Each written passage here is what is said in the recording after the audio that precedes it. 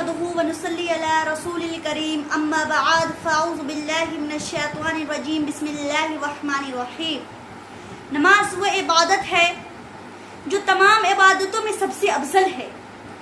نماز وہ ہے جو ایک ایمان کی پہچان ہے۔ نماز ہم مسلمانوں کی شان ہے۔ نماز وہ ہے جو ہر درد کی دوا ہے۔ نماز وہ ہے جو ہمیں رنج و غم سے دور رکھتی ہے۔ نماز وہ ہے جو ہمیں بخشش کا ذریعہ ہے۔ نماز وہ ہے جو ہمیں غربت و مفلسی سے دور رکھتی ہے۔ اسی طریقے سے اللہ تبارک و تعالیٰ نے قرآن مجید میں ارشاد فرمایا وَمَا خَلَقْتُ الْجِنَّ وَالْإِنسَانَ إِلَّا لِيَعْبُدُونَ۔ کیا فرمایا اللہ تبارک و تعالیٰ نے قرآن مجید میں؟ قرآن مجید میں اللہ تبارک و تعالیٰ نے ارشاد فرمایا وَمَا خَلَقْتُ الْجِنَّ وَالْإِنسَانَ إِلَّا لِيَعْبُدُونَ، یعنی ہم نے انسان اور جنات کو اپنے عبادت کے لیے پیدا فرمایا۔ اللہ تبارک و تعالیٰ نے ہم انسان اور جنات کو کس لیے پیدا فرمایا؟ اللہ تبارک و تعالیٰ نے ہم انسان اور جنات کو اپنے عبادت کے لیے پیدا فرمایا۔ اللہ تبارک و تعالیٰ قرآن مجید میں ارشاد فرما رہا ہے، چیخ چیخ کے قرآن مجید کہہ رہا ہے وَمَا خَلَقْتُ الْجِنَّ وَالْإِنسَانَ إِلَّا لِيَعْبُدُونَ، یعنی ہم نے جنات و انسان کو اپنی عبادت کے لیے پیدا فرمایا۔ لیکن آج ہم مومن مسلمانوں کا حال یہ ہے کہ ہم نماز سے کافی دور ہوتے ہوئے نظر آ رہے ہیں۔ ہم نماز سے کافی دور ہوتے ہوئے نظر آ رہے ہیں۔ ہم مسجدوں سے کافی دور ہوتے ہوئے نظر آ رہے ہیں۔ آج ہمیں یہ تک معلوم نہیں کہ نماز میں کتنی رکعتیں ہیں۔ اتنے سارے مومن مسلمانیں ہیں جنہیں یہ تک نہیں پتا کہ نماز میں کتنی رکعتیں ہیں، نماز میں کتنی رکعتیں ہیں۔ نماز کی رکعتیں تو چھوڑیں، انہیں تو یہ تک نہیں پتا کہ نماز میں کتنی وقتیں ہوتی ہیں۔ نماز میں کتنی وقتیں ہوتی ہیں، نماز میں کتنی رکعتیں ہیں، نماز کتنے وقت میں پڑھی جاتی ہے۔ آج قوم مسلم کا حال یہ ہے، آج ہم قوم مسلم کا حال یہ ہے کہ ہم نماز سے کافی دور ہوتے ہوئے نظر آ رہے ہیں۔ آپ کو پتا ہونا چاہیے جب ہم نماز پڑھ رہے ہیں تو ہمارا خیال صرف اللہ و رسول کے لیے ہونی چاہیے۔ ہمارا دماغ میں، ہمارے مائنڈ میں بس ایک ہی چیز ہونی چاہیے کہ ہم عبادت کس کے لیے کر رہے ہیں؟ ہم عبادت اپنے اللہ کے لیے کر رہے ہیں۔ ہمارا دل اللہ کی طرف ہونی چاہیے، ہمارا دماغ اللہ کی طرف ہونی چاہیے۔ آپ کو پتا ہے جو بے نمازی ہوتے ہیں اس کا انجام جہنم میں کیا ہوتا ہے؟ جو انسان بے نمازی ہوتا ہے، اللہ تبارک و تعالیٰ، بخاری شریف کی حدیث ہے، اللہ تبارک و تعالیٰ ارشاد فرماتا ہے جو نماز نہیں پڑھتا، جو بے نمازی ہے، جو مومن مسلمان بے نمازی ہے، جنہوں نے نماز نہیں پڑھا، اللہ تبارک و تعالیٰ جہنم میں اسے فرعون کے ساتھ کھڑا کرے گا۔ اللہ اکبر! کس کے ساتھ کھڑا کرے گا؟ فرعون کے ساتھ۔ آپ سمجھ سکتے ہیں فرعون جو اپنے وقت کا بادشاہ ہوا کرتا تھا، جو دعویٰ کرتا تھا کہ میں اللہ ہوں، میں خدا ہوں، مجھ پر ایمان لاؤ، اور اس کا حشر آپ نے دیکھا، اللہ تبارک و تعالیٰ نے اس کا حشر، اس کا انجام ایسا کیا کہ آج تک اتہاس میں اس کی ذکر ہوتی رہتی ہے۔ آپ ذرا غور فرمائے، بے نمازی کو جب فرعون کے ساتھ اٹھایا جائے گا، اللہ اکبر، اس کا حال کیا ہوگا؟ جب بے نمازی کو قارون کے ساتھ اٹھایا جائے گا تو اس کا حال کیا ہوگا؟ اس لیے جب اللہ نے ہم انسانوں کو اپنی عبادت کے لیے بنایا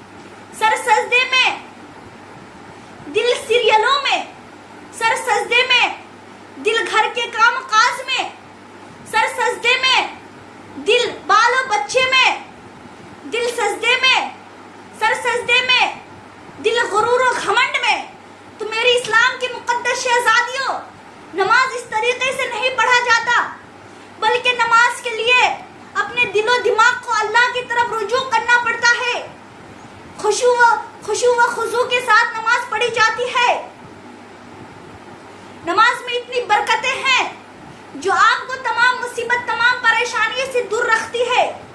کیا آپ نے سیرت فاطمہ الزہرا نہیں پڑھا؟ کیا آپ نے سیرت مصطفیٰ نہیں پڑھا؟ کیا آپ نے حضرت فاطمہ الزہرا کی نماز نہیں دیکھی؟ حضرت فاطمہ الزہرا، اللہ اکبر، ایک حدیث شریف میں آتا ہے کہ ہم تمام جنت کی سردار حضرت فاطمہ الزہرا جب مدینے والے کام کاج کر کے رات کے وقت میں تمام مدینے والے سو جاتے تھے تو حضرت فاطمہ الزہرا اپنے کام و کاج کو ختم کر کے نماز میں چلی جاتی تھی. اور اللہ اکبر، ان کا نماز اس طرح طویل ہوتا تھا، ان کا قیام اس طرح طویل ہوتا تھا، ان کی سجدے اس طرح طویل ہوتی تھی کہ ایک سجدے میں پوری کی پوری رات گزر جاتی تھی. اللہ اکبر، ذرا غور تو فرمائیں، ذرا غور تو فرمائیں وہ کیسا سجدہ کرتی تھی کہ ایک سجدے میں پوری کی پوری رات گزر جاتی تھی. اور ایک ہمارا آپ ہے جو ایک سیکنڈ کا سجدہ ہم سے نہیں ہوتا. ان کا سجدہ ذرا دیکھے، ان کا سجدہ اتنا طویل ان کا سجدہ اتنی طویل ہوتی تھی کہ ایک سجدے میں پوری کی پوری رات گزر جاتی تھی. پھر بھی جب وہ فجر کے لیے اٹھتی تھی، فجر کی نماز پڑھتی تھی، اللہ تبارک و تعالیٰ سے شکوہ کرتی تھی، اے اللہ تو نے اتنی چھوٹی رات کیوں بنائی، تو نے اتنی چھوٹی رات کیوں بنائی، یا اللہ تیرا رات تو گزر جاتا ہے لیکن حضرت فاطمہ الزہرا کی سجدہ، حضرت فاطمہ الزہرا کی نماز پوری نہیں ہوتی، ان کا ایک ہی سجدے میں پوری کی پوری رات گزر جاتی ہے. ذرا سوچے تو صحیح، وہ نماز کیسا ہے، وہ نماز کس طریقے کا ہے جو ایک سجدے میں پوری کی پوری رات گزر جاتی ہے. پوری کی پوری رات گزر جاتی ہے ایک نماز میں. ایک ہمارا آپ ہے جو بے نمازی ہے، ہمیں کچھ کام نہیں آئے گا، ہمیں نماز کام آئے گی. قبر میں بھی سب سے پہلا سوال نماز کا کیا جائے گا. اللہ تبارک و تعالی سب سے پہلے نماز کا سوال کرے گا. اسی وجہ سے آپ نماز پڑھے، آپ نماز پڑھے. آپ جب نماز پڑھیں گی آپ کے گھر میں برکتیں آئیں گی، آپ کے گھر میں رنج و غم دور ہوں گے. فجر کی نماز پڑھے، فجر کی نماز پڑھنے سے چہرے پہ نور آتی ہے. آپ نماز پڑھے، آپ نماز کی برکت سے دیکھیں آپ کے گھر میں برکت و رحمت آتی رہتی ہے. اور جو بے نمازی ہے، جو بے نمازی ہے، اس کا حال کل قیامت کے دن کیا ہوگا. اب ذرا سوچے تو کل قیامت کے دن بے نمازی کو جہنم کی آگ میں سلگایا جائے گا. اللہ اکبر. آپ ذرا سوچے، دنیا میں اگر ہمیں آگ کی تھوڑی سی چنگاری لگتی ہے تو ہم گھبرا اٹھتے ہیں، ہمیں اتنی تکلیف ہوتی ہے. ذرا سوچے تو صحیح وہ جہنم کا منظر کتنا بھیانک ہوگا جب ہمیں جہنم کی آگ میں رکھا جائے گا. ہم آج دنیا کی تیاری تو کر رہے ہیں لیکن آخرت کی تیاری نہیں کر رہے ہیں، کیونکہ دنیا چند لمحوں کا ٹائم ہے. یہ دنیا چند لمحے کی ہے، یہ دنیا ایک کھلونا ہے. ہماری عمر مشکل سے مشکل 60 سال کی عمر تک ہماری جان چلی جائیں گی. کام کیا آئے گا ہمیں؟ ہماری عبادتیں کام آئیں گی، ہماری نمازیں کام آئیں گے. اسی وجہ سے ہم نماز پڑھے، کیونکہ آپ نماز پڑھیں گے تو لوگ آپ کو دوری سے دیکھ کے پہچان جائیں گے کہ یہ کامل مسلمان ہے، یہ مومن ہے.